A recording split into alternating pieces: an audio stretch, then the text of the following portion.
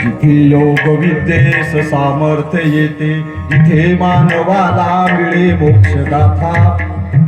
तुझ्या पायरीसी सदा नम्र माथा नभी फूल अश्वस्त वृक्षास आले जिथे गीत सवे वेद झाले तुझ्या शब्द शब्दात सायोजनाथा तुझ्या पायरीसी सदा नम्र माथा तुझ्या मंदिरी आर्त जीवास तृप्ती तुझ्या दर्शनी लोक स्वानंद घेते श्रुती धन्य झाल्या तुझे गीत गाता